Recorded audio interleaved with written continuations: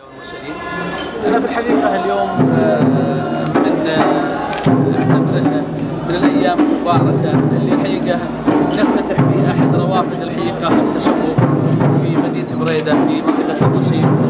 أنا الحقيقة باسم أعضاء لجنة الاستثمار في منطقة القصيم أشكر للأخ صالح ومجموعة البرجان جهودهم الموفقة الحقيقة في مثل افتتاح هذا الصرح التجاري الكبير، هذا الصرح الذي يتوافق مع المنتج الجيد والأسعار المناسبة بدون أدنى شك يعتبر إضافة من إضافات التسوق في هذه المدينة المباركة.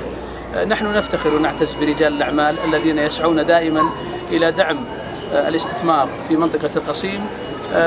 في مدينة بريدة الحقيقة هناك الكثير من فرص الاستثمار في مجال التسوق، في مجال السكن.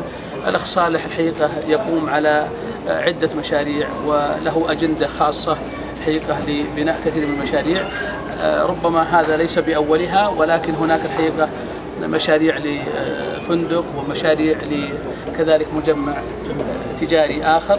فالحقيقة الأخ صالح وجميع الإخوان في مجموعة برجان الشكر والتقدير على هذه الجهود الاستثمارية المباركة.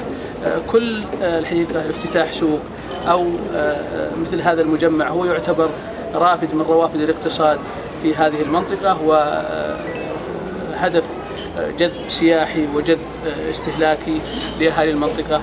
فللأخ صالح منا كل الشكر والتقدير، وأنا أشيد بمثل هذا العمل وأشيد الحقيقة بمثل هذه الاستثمارات التي تدعم إن شاء الله تعالى الجذب دائما السياحي في منطقة القصيم إن شاء الله. شكرا.